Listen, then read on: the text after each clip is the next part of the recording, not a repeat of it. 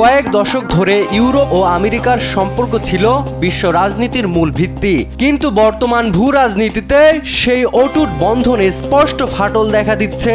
বিশেষ করে Russia Ukraine যুদ্ধ এবং মধ্যপ্রাচ্যের নতুন নতুন উত্তেজনা এই দুই শক্তির মধ্যে কৌশলগত দূরত্ব অনেক বাড়িয়ে দিয়েছে। ইউরোপীয় ইউনিয়ন এখন আর কেবল ওয়াশিংটনের সিদ্ধান্তের উপর অন্ধভাবে নির্ভর করে থাকতে চাইছে না। ফ্রান্স ও জার্মানির মতো দেশগুলো নিজেদের সামরিক সক্ষমতা ও কৌশলগত স্বায়ত্তশাসন বাড়ানোর উপর এখন সবচেয়ে বেশি জোর দিচ্ছে। Presenting Walton Crystal Series. Switch to premium. Switch to Crystal. ন্যাটোর ভিতরেও অনেক গুরুত্বপূর্ণ সামরিক সিদ্ধান্তে ইউরোপীয় দেশগুলো এখন প্রকাশ্যেই ভিন্ন মত পোষণ করছে।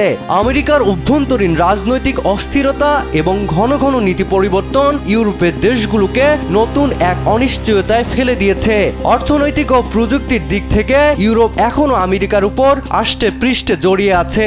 মার্কিন ডলার এবং সিলিকন ভ্যালির বিশাল প্রযুক্তির সাম্রাজ্য ছাড়া ইউরোপের আধুনিক পথচলা প্রায় অসম্ভব। তা সত্ত্বেও বিশ্বজুড়ে চীনের উত্থান এবং রাশিয়ার আগ্রাসী মনোভাব নতুন এক বহুমুখী বিশ্ব ব্যবস্থার ইঙ্গিত দিচ্ছে, যেখানে আমেরিকা হয়তো আর আগের মতো একক মোড়লগিরি করতে পারবে না। ইউরোপের এই স্বাধীন হওয়ার আকাঙ্ক্ষাই বলে দিচ্ছে দ্রুত বদলে যাচ্ছে আগামীর বিশ্ব রাজনীতির মানচিত্র।